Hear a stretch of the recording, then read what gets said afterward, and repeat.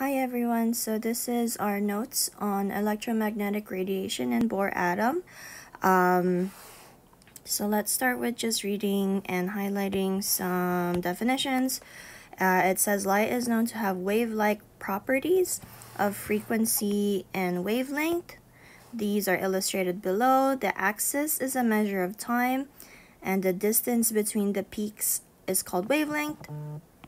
And the number of waves per unit time, which is 1 second, is called cycles. So if we take a look at the diagram down here, here is time, right? That's your x-axis. It's a little thick. Let's change that. And then your wavelength are these ones right here. These red arrows.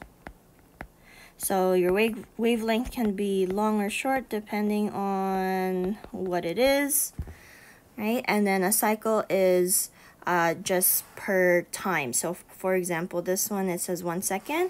So the way you look at this is you go 1, 2, so that's 2 cycles. This other one is 1, 2, 3, 4 cycles.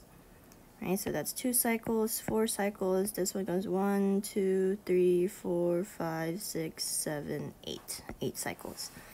And that is per second. Right? This is the frequency of the wave, and the units for frequency is hertz, or cycles per second. This one is an important statement. So as the frequency increases, the wavelength decreases. So that means that they have an inverse relationship, because one goes up while the other goes down. Excuse me. And then this is our equation here that we're going to be using. All right, so we have c is the speed of light, which is that value always. This one is wavelength, and then we have frequency. So down below is called the electromagnetic spectrum, so EMS, just like it says right there. It talks about, it shows you guys all the different wavelengths and all the different things that use waves. So for example, we have, gamma rays, X-rays, ultraviolet, visible light, infrared, and radio waves. The only ones that we can see with our eyes, with our vision, is the visible light.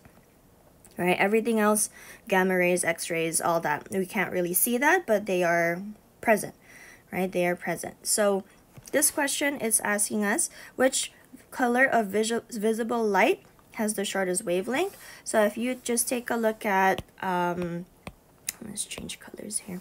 If you just take a look at this, this is our spectrum, right? So we have, short wavelengths all the way up to increasing wavelengths. So if we're looking at the color spectrum there, hopefully you would say that this one is our shortest wavelength of color, which you can call it purple, you can call it violet, right?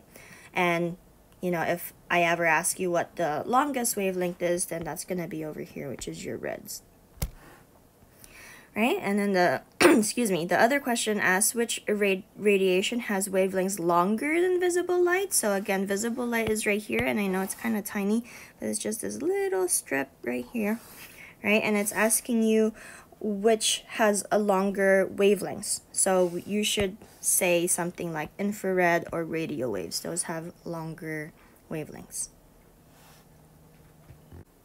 Okay, so let's do some practice questions together. We are going to be using this equation right here. Right, so I'm going to rewrite it over here just so we can remember it. Remember that c is the speed of light, which always stays the same. 10 to the 8th meters per second. This is your wavelength. And this V looking thing is your frequency. So first question, the wavelength of green light is about 522 nanometers.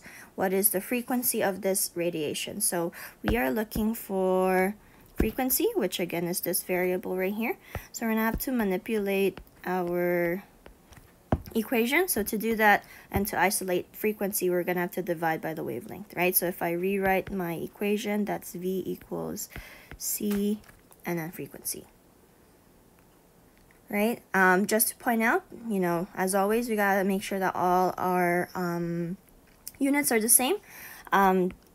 The wavelength is in nanometers. We want to change that to meters. So in order to change it, right, let's see if I can fit it in here, right? And then 1 meter is equal to 1 times 10 to the 9th nanometers, right? And then you just calculate that. You should get 5.22 times 10 to the negative 7 meters. So that's what we're gonna plug in. So we're gonna plug in light, right? And then that number that we just got, meters, right? Plug that into your calculator.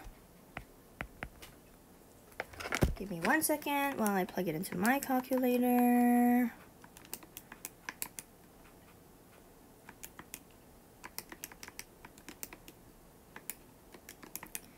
And we get 5.74 times 10 to the 14, right? And our units should then be seconds.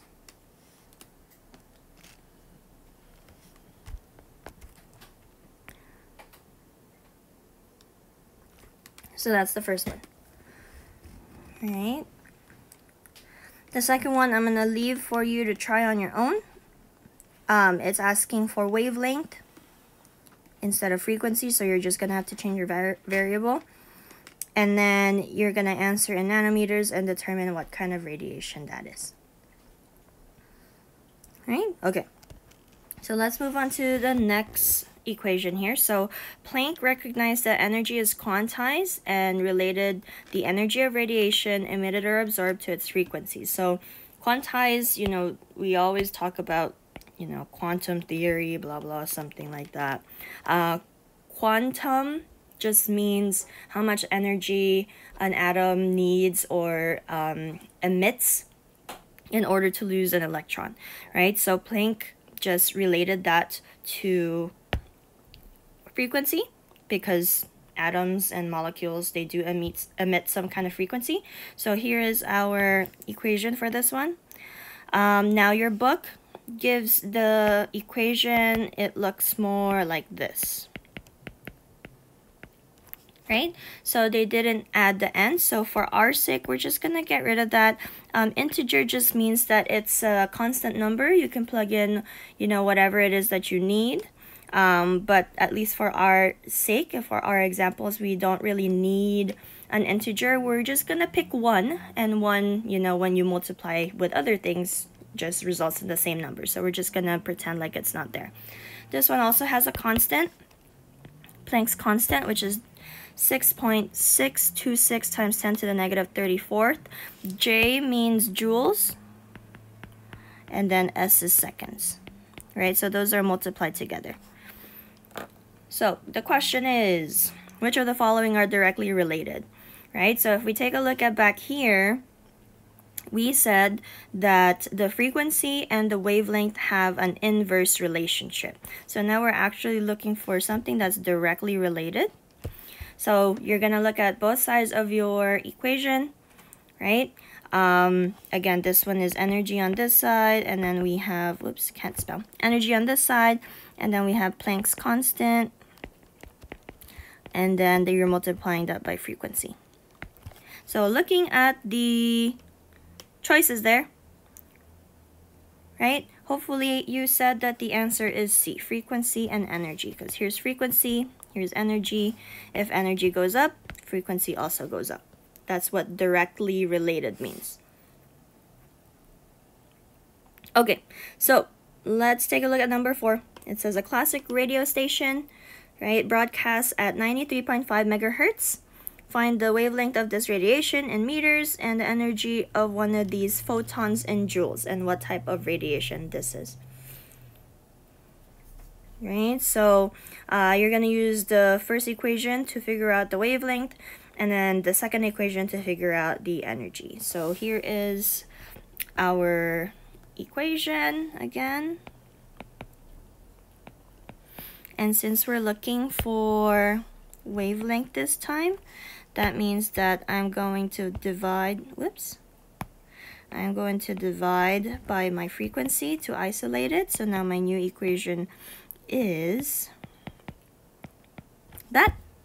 And then you're just going to plug it in. But before you plug it in, right, again, we need the units to coincide. So right here, it gave you the conversion already. So when you go and write that one down, we're just going to add the exponent to it. So here's light, 998 times 10 to the 8 meters per second. And then like that. And then we're just going to add our exponent. And that would be hertz.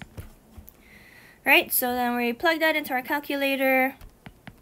You should get 3.12 times 10 to the negative 2 nanometers. But remember, it's asking us for meters. So we're going to have to convert the nanometers. And it's going to be the same as this one up here. And since I'm running out of space, I won't be able to write that down. So I'm just going to flash forward here. So after my conversion, your answer should now be that.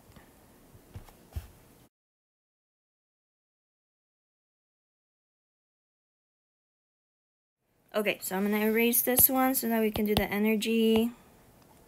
And you can always just backtrack if you need to. Okay. So energy, we have this, Planck's constant, and frequency. Right? So Planck's constant is given above us, which is this. Multiply that by frequency.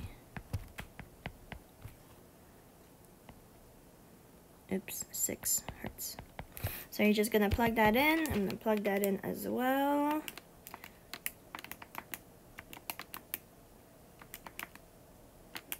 And we're multiplying.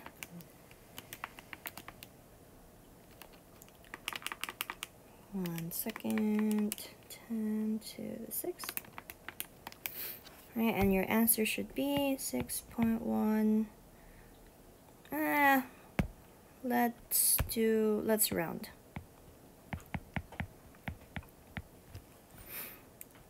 Right, and then since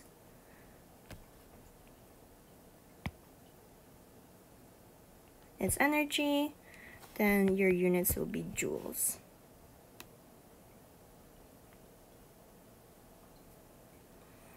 Okay, so I'm gonna give you guys the rest of the time to work on number 5. So try out this number and this number. And then afterwards, I will give you the key to all of the answers as per usual, but I would like you to try them out first before looking at the answer. Okay? So I'll see you guys in the next lecture.